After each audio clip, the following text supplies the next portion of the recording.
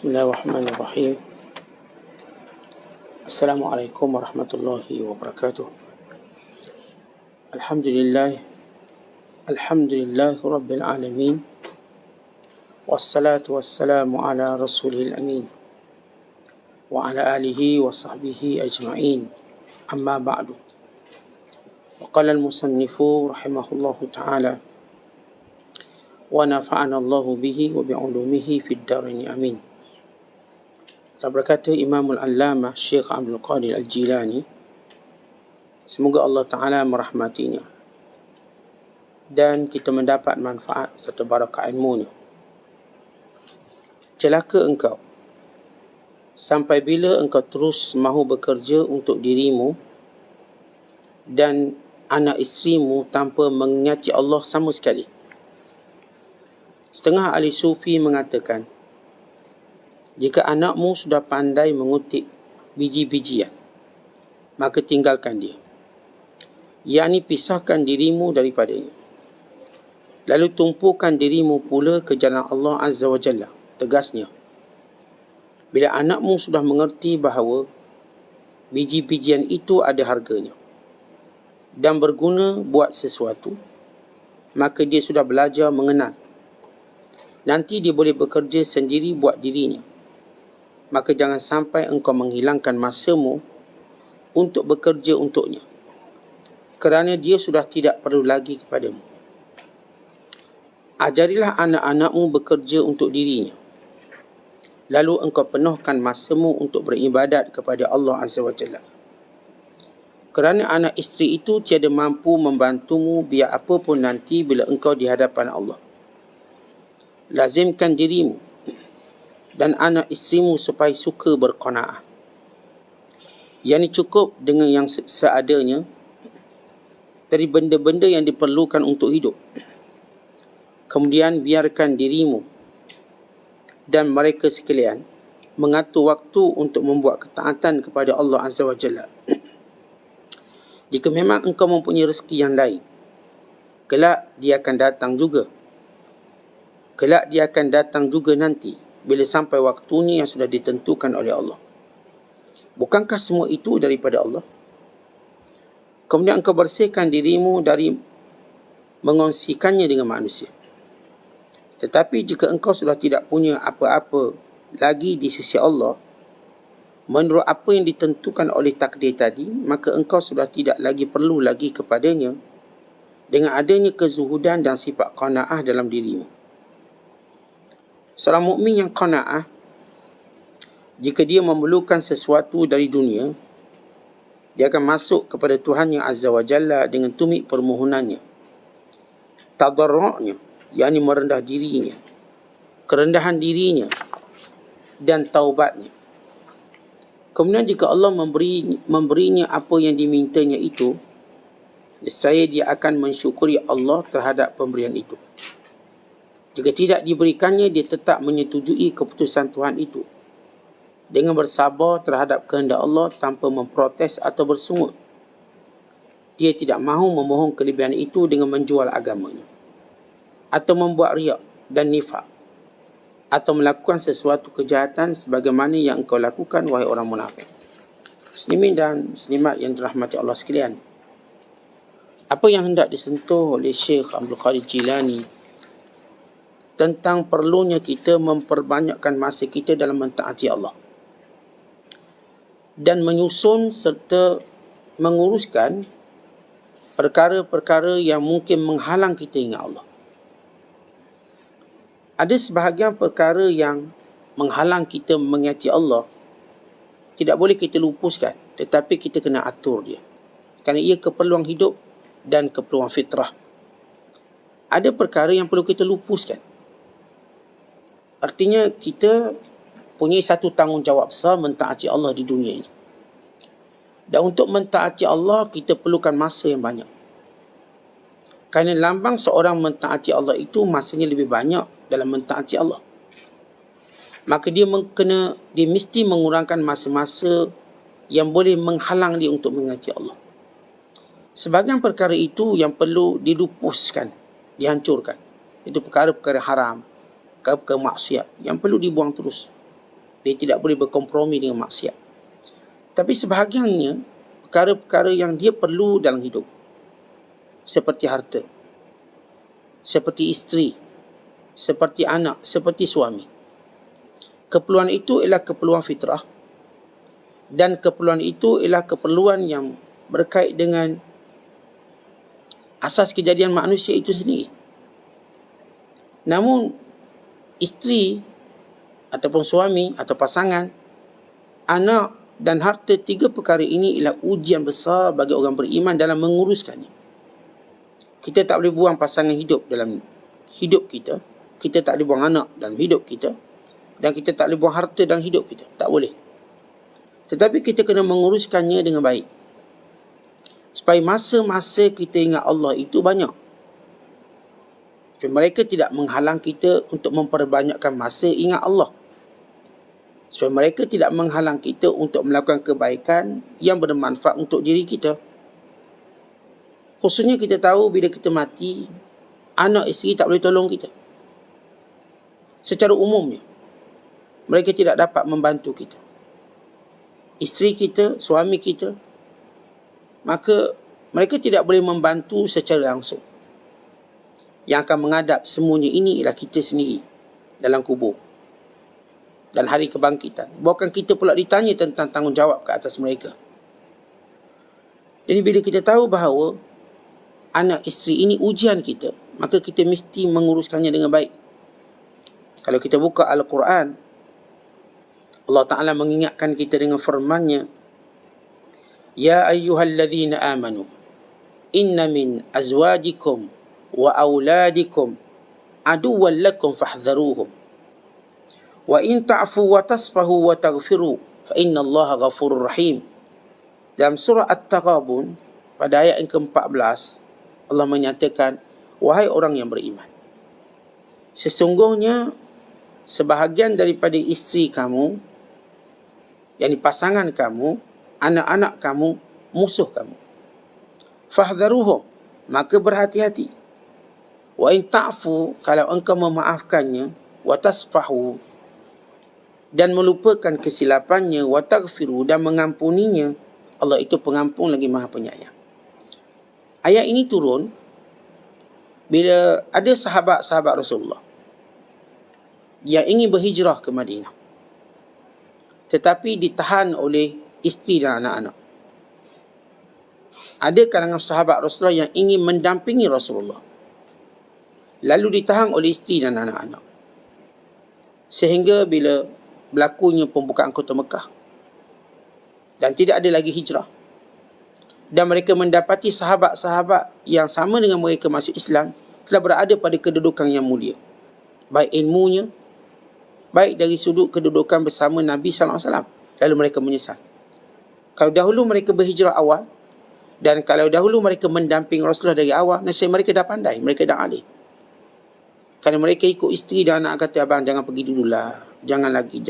Sehingga hari ini, orang yang pernah bersama mereka memeluk Islam sudah meninggalkan mereka jauh dari sudut pencapaian agama. Lalu mereka menyesal. Mereka datang balik rumah nak marah balik bini. Kamulah yang halang aku hijrah. Kamulah yang halang aku pergi kuliah. Kamulah yang halang aku untuk mendampingi Rasulullah. Kalau tidak, aku sudah berada pada kemuliaan ini. Maka Allah Ta'ala turunkan ayat ini. Yang dah berlaku. Ia sebagai pengajaran. Maka kamu tidak boleh menghukum isteri dan anak-anak, tapi maafkan mereka. Maafkan mereka, lupakan kesalahan mereka. Jadikan ia sebagai satu ingatan yang berterusan. Artinya, sahabat-sahabat yang hebat, mereka teruskan kesungguhan mereka dalam mendampingi Rasulullah SAW. Daripada hijrahnya, sampailah mendampingi Rasulullah untuk menuntut ilmunya, akhirnya mereka menjadi orang yang utama di kalangan para sahabat. Tapi ada sahabat-sahabat Rasulullah yang mereka sama-sama masuk Islam, tapi mereka ini bergerak lambat. Alasannya ialah isteri, anak-anak. Saya kata, bang, jangan duduklah bang, biar duduklah. Anak-anak kata, abang, ayah, nanti duduklah ayah. Penanggung itu berlaku. Akhirnya mereka menyesal. Macam kita hari ni lah contoh. Kita suami kena ke masjid. Kita suami kena ke surau. Kita suami kena menuntut ilmu untuk jaga keluarga. Saya tak payahlah bang, duduk rumah lah bang, makan lah bang, itu ini. Akhirnya suami yang sepatut menjadi ketua keluarga tidak punya muqawimat, tidak mempunyai kemampuan memimpin keluarga. Suami dipelari kekuatan untuk didik isteri dan anak-anak. Kekuatan itu dengan cara dia mendampingi para ulama, dia mendampingi orang soleh untuk dia buat balik kekuatan memimpin isteri dan anak-anak. Tapi si kata jangan pergi, duduk kat rumah, selesa kat rumah. Maka si suami mula selesa kat rumah. Akhirnya dia ketinggalan banyak. Dia gagal memimpin dengan baik. Dia gagal menguruskan isteri dan anak-anak dengan baik. Maka dia pun mati, dia menyesal. Isterinya kahwin dengan orang lain lepas tu. Anak ni sibuk urusan dia. Akhirnya dia menyesal dalam kubur. Oleh sebab itu Syekh ingatkan kita bahawa jangan sampai isteri dan anak-anak kita bukan sekadar kita katakan menghalang kita ingat Allah, mengurangkan masa ingat Allah pun jangan. Seperti isteri dan anak-anak kena jaga elok-elok. Pernah satu ketika sedang Nabi SAW duduk, tiba-tiba datang cucu Rasul, Hasan dan Husain. Bila datang Hasan dan Husain, berlari-lari nak jumpa atuk dia. Maka baginda sallallahu alaihi wasallam fadammahuma, Nabi peluk. Nabi peluk kedua cucunya sambil Rasulullah berkata, sahabat-sahabat tengok ni, reaksi atuk dengan cucu, satu kelainan. Bila Rasulullah SAW, bila Hasan dan Husain nampak Rasulullah, mereka seronok tengok atuk mereka. Mereka berlari. Berlari dalam masjid, berlari ni. Terus dekat baginda. Baginda memeluk mereka. Lalu Rasulullah menyebut satu hadis. Kata baginda, innal walada mabkhalatun majbanatun mahzanatun. Wa fi riwayatin innal walada mabkhalatun majhalatun majbanatun mahzanatun. Sesungguhnya anak ini, bila sebut anak ni termasuk cucu lah. Sebab naluri kita sayang pada cucu macam naluri kita sayang pada anak. Mungkin cucu tu lebih sikit disebabkan kita dah tua dan nak berehat. Cucu jadi teman mainan kita. Yelah kita tua-tua nak main buai nampak mengarut sangat. Kita dah tua-tua takkan nak main kereta kontrol, main motor buk. Main cucu lah. Maka ia menggembirakan kita. Kata Rasulullah, sesungguhnya anak itu punca kita kedekut. Punca kita penakut. Punca kita bodoh. Dan punca kita bersedih. Apa maksudnya? Sebab anak, tuan-tuan, mungkin kita bakhil nak sedekah pada orang lain. Sebab kita fikir anak banyak sangat. Fikir anak ni, gian. Kena tolong ni, kena bantu. Akhirnya, ruang kita untuk bersedekah, memperbanyakkan jariah kita, berkurangan dengan begitu drastik. Seorang ulama namanya Sa'id bin Jubair radhiyallahu ta'ala anhu, bila tabi'in bernama Muhammad bin Ka'ab Al-Qurazi, anak murid pada Ibn Abbas, satu hari dia menjual rumahnya dengan harga 100,000. Lalu orang pun mencadangkan, tuan guru, ni duit-duit ni bagi anak-anak bagus. Dia kata, kenapa pula aku nak bagi anak-anak aku? Ini untuk aku. Ini untuk aku buat jariah. Anak-anak aku dia cari sendiri. Ini adalah masa untuk aku berjariah. Ya, kerana anak dia boleh kerja-kerja lah. Tak perlu mewahkan anak sehingga merugikan ruang untuk kita bersedekah. Bahkan memewahkan anak boleh merosakkan anak. Kata Muhammad bin Ka'ab Al-Qurazi, ini duit 100,000, aku nak gunakan untuk aku. Bukan maksud guna beli jam mewah, bukan. Kebajikan dia, ketaatan pada Allah. Tapi biasanya tuan-tuan, memang anak-anak punca kita kedekut. Kita berkira banyak. Anak nak masuk universiti, anak nak masuk tu. Walhal anak kita masih lagi jauh daripada pencapaian tu. Tapi kita dah berkira dia sekarang. Sebab kita dah menyimpang untuk anak, untuk masa depan dia. Sehingga kita lupa masa depan kita. Kita lupa masa depan kita. Yang lebih patut kita cari. Kemudian kata baginda SAW, anak-anak juga punca kita penakut. Bila disyariatkan perang, nak pergi perang, takutlah tinggal anak. Nanti kan anak kita jadi yatim. Kita takut ambil benda-benda yang risiko sehingga anak kita mungkin jadi yatim. Maka ia punca penakut. Ramai yang tak pergi perang kerana fikirkan anak. Sebab itu syaitan, bila seorang tu pergi perang, syaitan akan ingatkan anak-anak kita. sehingga kita berpatah balik. Sebab itu lari di medan perang dosa besar. Wattawalli yaumaz zahf. Jadi kita penakut. Bukan kita penakut nak buat benda-benda yang menguntungkan agama. Sebab fikir anak-anak nak tengok anak, nak peluk anak. Dan anak-anak juga punca majalah. Punca kita jadi bodoh. Nak pergi kuliah, fikir anak-anak nak main kita. Saat saya dengan anak-anak ni, saat nak kecil lagi, itu ini. Dia fikir anak kecil. Dia tak fikir dia mati. Sebab tu masa dia belajar pun jadi kurang. Dan masa dia untuk damping ulama' pun jadi kurang. Maka rugi dia. Dia akan mati dan dia akan pergi. Anak-anak dia ada peluang-peluang yang lain. Tapi memang anak punca kita jadi bodoh dan jahil. Bila dengar, ayah nak dengar kuliah. Anak nak tengok Ultraman. Kita pun bagilah anak lah tengok Ultraman. Jadi kita pun tengok Ultraman sekali. Jadi kita pun jadi Ultraman macam anak kita. Patut anak kita dengar kuliah macam kita supaya dia jadi lebih matang macam kita. Tapi tak, kita akan raikan dia lebih. Kalau sekarang ada channel kuliah sebagai contoh ada. Dan sekarang juga budak kita, anak kita nak tengok kartun. Contoh utama yang mana? Anak-anak kesian dia start kartun lah. Yelah tak apalah dia tengok kartun. Masalah yang kita tengok sekali tu kenapa? So saya sebut anak ni kita kena pandai urus. Sebab waktu ni waktu kita kuliah. Inilah waktu ruang masa untuk kita belajar. Kuliah subuh, kuliah maghrib mungkin. Inilah kita ke masjid. Dengar kuliah subuh ke masjid, dengar kuliah maghrib atau kuliah isyak. Saya sebut tadi anak bukan kita nak hancur, musnahkan anak. Kita nak susun dia. Jangan dia menghalang kita ingat Allah. Jangan dikurangkan masa kita ingat Allah. Kita nak susun pasangan kita. Biar suami kita, biar isteri kita tidak mengurangkan masa kita ingat Allah. Setiap orang mesti ada masa dengan Allah. Inna li rabbika alaika haqqa. Sesungguhnya hak Tuhan kamu yang kamu kena jaga. Wa li ahlika alaika haqqa. Dan untuk keluarga kamu pun ada hak yang kamu kena jaga. Jadi kita susun yang elok lah. Susun untuk masa kita, masa isteri kita, pasangan kita, masa anak-anak kita. Dan juga masa untuk diri kita sendiri. Kita pun kena ada masa berhibur, hiburan yang tertentu. Bila Rasulullah menyatakan dalam hadis Salman Al-Farisi, dia sama mengajar kepada sahabat yang bernama Abu Darda. Waktu dia melihat Abu Darda tak pedulikan isterinya, memakai pakaian compang-camping, tidak mau makan melainkan berpuasa, bahkan tidak mau tidur, ingin qiyam. Lalu Salman berkata, Inna li rabbika alaika haqqa. Inna li rabbika alaika haqqa wa li nafsika alaika haqqa wa li ahlika alaika haqqa fa'ati kulli dhi haqqin haqqahu. Sesungguhnya Allah ada waktu yang kamu kena peruntukkan. Dan diri kamu pun ada waktu yang kamu kena berikan.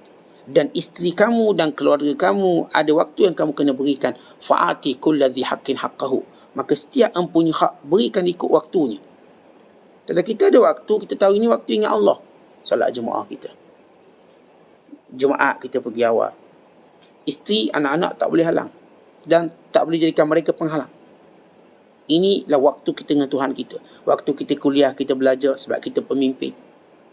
Kita kena coaching setiap hari. Coaching kepimpinan berdasarkan syariat. Manhaj Rabbani. Kita nak pastikan amalan kita berterusan. Sebab sesuatu amalan itu menjadi bernilai dengan 3 sebab. Dan ini kita kena pastikan. Yang pertama, amalan itu mesti berterusan. Nilai amalan tadi bukan cerita banyak atau hal-hal yang lain. Ia mesti satu asas bersifat berterusan. Sabda Nabi SAW, khairul a'mal madama wa in qalla. Sebaik-baik amalan berterusan walau sikit. Kita nak berterusan. Jadi kita kena pastikan setiap hari kalau istighfar kita banyak ni lah istighfar. Kalau setiap hari kita dengar kuliah 2 jam sehari ni, kena istiqamah atau kena berterusan. Jangan nanti kurang jadi setengah jam. Kalau nak kena itu tak apa. Tapi pastikan mesti konsisten. Yang kedua, kata ulama, mestilah ikut manhaj yang Rasulullah tetapkan. Ilmu. Ibadat ni kena ilmu. Tak boleh ikut say kita, tak boleh ikut dang kita. Ilmu. Dan yang ketiga, mesti ikhlas. Syarat ni kita mesti pastikan ikhlas. Jadi bila kita sebut tentang ujian anak-anak, punca kita menjadi majbanah atau majhalah, jadi bodoh kita. Sebab apa? Tak reti nak ruangkan masa-masa untuk belajar. Masa-masa untuk kita berikan hak agama kita. Dan baginda sallallahu alaihi wasallam juga menyebut mahzanah. Anak bini ni punca kita sedih. Kita kalau sakit ni okey sikit lah. Tengok anak sakit, oh nangis. Pahlawan lelaki, dia mungkin tak menangis ditusuk pedang. Tapi dia menangis kerana anak dia demam. Ya. Sekental-kental lelaki, pahlawan. Ni kita katakan, saya ni keturunan Megak Panji Alam. Saya keturunan Hantuah. Tapi bila anak kita sakit, kita nangis. Kalau kita sakit, kita tahan. Saya tahan, tak nangis. Memang kita kuat, tapi kelemahan kita ada pada anak dan isteri kita. Bila isteri kita sakit, kita nangis. Kita mungkin nangis. Anak kita sakit, kita mungkin nangis. Kekuatan kita tak ada. Kekuatan kita ni lemah bila kita mengambil kira daripada anak-anak dan isteri. Sebab itu kita kena pandai uruskan supaya kita tak menjadi sedih sebab mereka. Macam mana nak jadi tak sedih sebab mereka? Maka kita aturkan kehidupan mereka supaya mereka sentiasa sihat dan sebagainya. Sebab kita tahu kalau dia sakit, kita teruk. Kita teruk, kita pun jadi nak jaga dia dan sebagainya. Rugi agama kita. Sebab itu kita pelihara anak isteri kita, biar dia tak terdedah dengan sakit itu dan ini. Kita ajar dia sabar, kita ajar dia untuk berdikari, supaya dia tidak terlalu menjadi beban dalam kehidupan beragama. Jadi anak isteri ini perlu kita tangani elok-elok, supaya masa kita, tumpuan kita kepada Allah tidak akan terjejas. Sebab itu kata Syekh Abdul Qadir, bila anak kita dah pandai bekerja, biarkan dia. Jadi jangan sibuk lagi kamu nak kerja untuk dia. Bila anak kamu sudah dapat menguluskan dirinya, biarkan dia. Anak kita dah pandai mandi, biar. Tak apa, ayah nak mandi juga. Jangan, biarkan. Anak kita dah pandai cebok, biarkan dia cebok sendiri. Masa kita ada untuk baca Quran dan sebagainya. Ini anak cebok kita. Dan anak umur 18, cebok lagi. Ayah cebok. Anak saya macam ni. Saya masuk ke mandikan anak saya, suka cebok anak saya. Ya, betul. Tapi rugikan masa kamu. Masa kamu dengan Allah.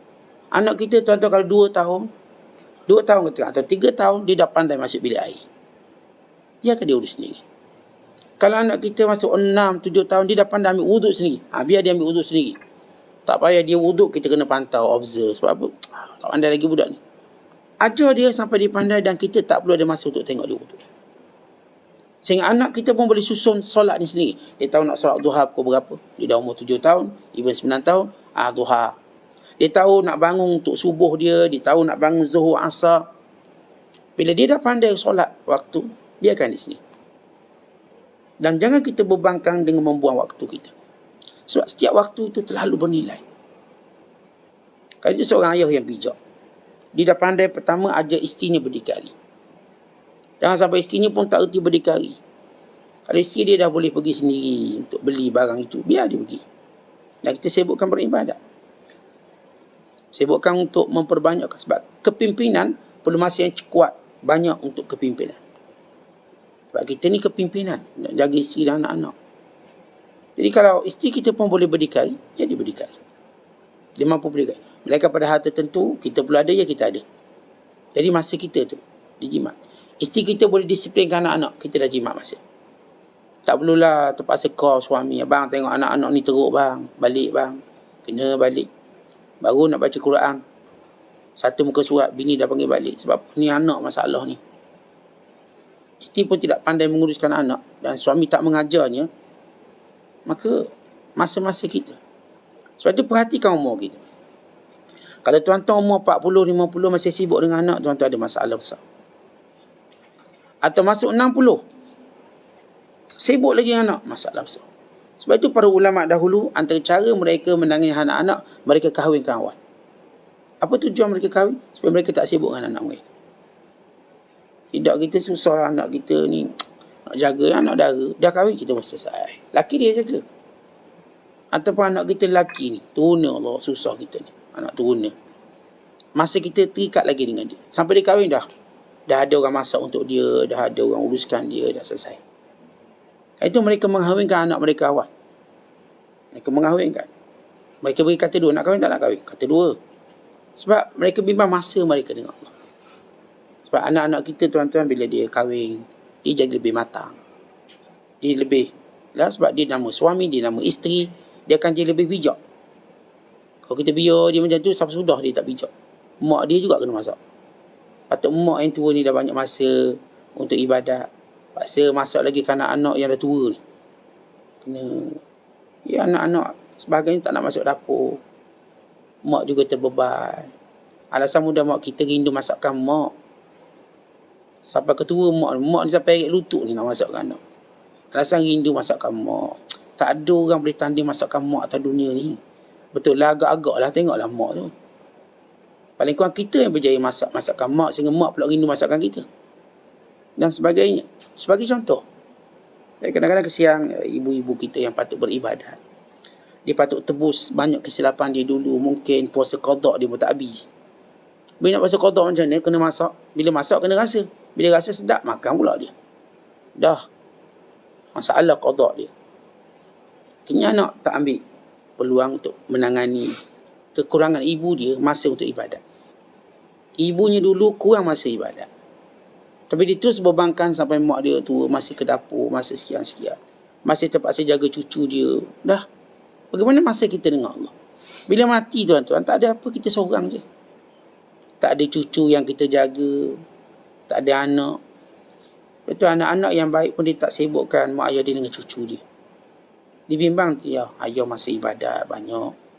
Terbuang dulu masa muda sebab besarkan kita. Ni ayah nak jaga cucu kita pula. Sekali-sekala tak apalah. Ni terus lah, jaga terus lah. Saya tengok seminggu sekali lah. Seminggu sekali tengok cucu dia.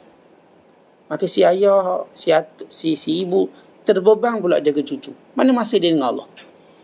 Tak rugi. Setakat itu kan ibadat juga. Ia satu sudut. Tapi ibadat itu memerlukan syarat yang ketat. Berbanding ibadat yang tak perlu syarat yang ketat. Tak ada hal-hal duniawi, main, makan, minum, boleh jadi ibadat tapi syaratnya ketat. Dan jarang orang boleh memenuhi syarat dia. Tapi yang namanya sembahyang puasa syaratnya tak ketat. Orang kita solat itu memang ibadat. Sebab itu ulama' membahagikan ibadat pada khususi dan umumi. Ibadat khusus yang tuan-tuan masuk dan memang ibadat. Ada ibadat umum. Tuan-tuan perlu niat dia jadi ibadat. Kita, Ustaz, saya makan kan ibadat kan? Betul. Tapi syaratnya ketat. Awak kena niat makan ni betul-betul ibadat. Dan lepas tu dengan makan tak mengganggu ibadat awak. Main kan ibadat betul. Tapi syarat untuk jadikan main tu ibadat susah. Sebab keinginan nafsu tu lebih kuat. Akhirnya, walaupun kita asal niat main untuk ibadat, dia tak jadi ibadat. Seakan kita buat ni kemudian ibadat. Betul, secara umum begitu. Tapi diperlukan satu syarat sedar kita. Syarat sedar yang panjang. Dia kalau sembahyang ni, kalau kita dah tengah sembahyang tak sedar pun tak apa, sah sembahyang. Tetap dinamakan ibadat. Tapi bila kita buat benda lalu kita tak sedar, dia tak jadi ibadat. Maka antara ibadat khususi dan umumi, kita nak fokuskan ibadat khususi ini. Yang saya katakan banyakkan solat, kita banyakkan baca Quran. Ya, semua hidup kita ibadat, kita tak nafikan. Tapi sebenarnya hidup ibadat ini untuk jadikan ia sebagai satu ibadat memerlukan syarat yang ketat. Dan ramai orang terbabas. Yang itu saat main ni pun ibadat, tahu-tahu patah kaki tak pergi masjid. Ibadat macam mana? Tahu-tahu bergaduh, tak habis lagi bergaduh. Sebab main. Sebab dalam main ada persaingan. Bukan kata main. Dia ni minat pasukan ni minat pasukan ni, dah gaduh dah. Itu baru minat pasukan, tak main tu. Ni minat pasukan A, ni minat pasukan B. Gaduh dalam Facebook. Benda-benda macam tu, tuan-tuan, dia perlukan satu syarat yang ketat. Jarang orang yang melepasinya. Tapi kalau yang ibadat ni memang ibadat. Jadi, bagaimana kita nak susun isteri kita, anak-anak kita, biar benar-benar masa kita ingat Allah banyak. Dan kita tak perlu nak cari rezeki yang banyak untuk mereka. Ajar mereka qanaah. Kalau tidak, tuan-tuan, lepas kontrak sambung kontrak. Kenapa anak sahab? Anak dah kahwin je. Dah kerja. Bila dia tak cukup siang, dia tak tu saya top up lagi dia. Top up lagi. Siapa nak top up amalan awak? Siapa yang nak top up nilai usia awak di hadapan Allah? Ni anak kita tuan-tuan sampai dah tua reta ni. Kita masih lagi dah sponsor dia ni. Tak habis lagi ni. Sebab kita tak ajar dia qanaah. Lah anak dia kerja gaji 3,000 sebulan. Dia nak duduk rumah yang sewanya 4,000 sebulan. Ayah kena top up lah. Dia nak hidup mewah dengan gaji yang kecil. Dan itu ayah dia akan beri pada dia. Maka ini kesilapan kita. Bila tak ajar anak kita hidup dengan qanaah. Ajar hidup anak ni qanaah. Sebagaimana kita dulu hidup dengan susah, mereka perlu lalui benda ni sebagai satu disiplin, sebagai satu tarbiyah. Akhirnya mereka tak ada masalah duduk rumah kecil. Walaupun sebelum ini duduk dengan ayah, duduk rumah besar. Walau selama ni duduk dengan ayah ada 5 bibi. Sekarang mereka perlu berdikari duduk rumah sendiri, bibi tak ada. Terkejar-kejar mereka. Tak apa, biar mereka belajar. Tarbiyah mereka. Biar mereka belajar qanaah. Dan biar kita ajar anak-anak kita qanaah. Sebab itu tuan-tuan, bila kita bawa balik makanan, tiba-tiba anak kita tunjuk tak suka dan sebagainya, tuan anak, kita kena bersyukur pada Allah. Ajar dia syukur. Ayah sikitnya bawa balik tak cukup, syukur pada Allah, insya-Allah, baca bismillah, insya-Allah cukup. Selalu bila kita berikan rezeki pada mereka, ajar mereka cukup, qanaah. Jangan ajar mereka mencela, jangan ajar mereka tak cukup. Ajar mereka ini terbaik. Kerana itu tuan-tuan, kita bimbang kalau kita tak tangani anak-anak kita, sama ada masa kita dengan dia atau sifat-sifat yang perlu kita bentuk, maka dia boleh jejaskan agama kita. Dalam Al-Quran kita baca bagaimana anak yang menyebabkan mak ayah kufur. Allah sebut dalam suratul Kahfi pada ayat 80 dan 81. Allah berfirman, wa ammal ghulam fakana abawahu mu'minain fakhashina an yurhiqahuma tughyanan wa kufra fa'aradna an yubdilahuma rabbuhuma khairan minhu zakatan wa aqraba rahmah. Bila Nabi Khidir AS berjalan dengan Musa, maka terjumpa seorang budak bermain di tepi pantai. Lalu Khidir pun panggil budak ni, lalu dibunuh budak ni. Musa pun terkejut, bunuh budak. Fa'amal ghulam, budak belum balik, dia bunuh ni. Lalu kata Nabi Allah Musa, ini perkara yang mungkar, ini perkara yang bahaya ni, salah ni. Lalu kata Khidir, kan aku dah cakap jangan tanya, nanti aku beritahu sebab apa. Semua aku buat ni akan aku beritahu sebab apa. Sabar. Lalu akhirnya Khidir pun beritahu. Selepas mereka ditakdirkan berpisah. Adapun budak itu, kata Khidir, mak ayah dia orang beriman dan taat pada Allah. Tetapi kedua ibu bapa ni terlalu sayangkan anaknya.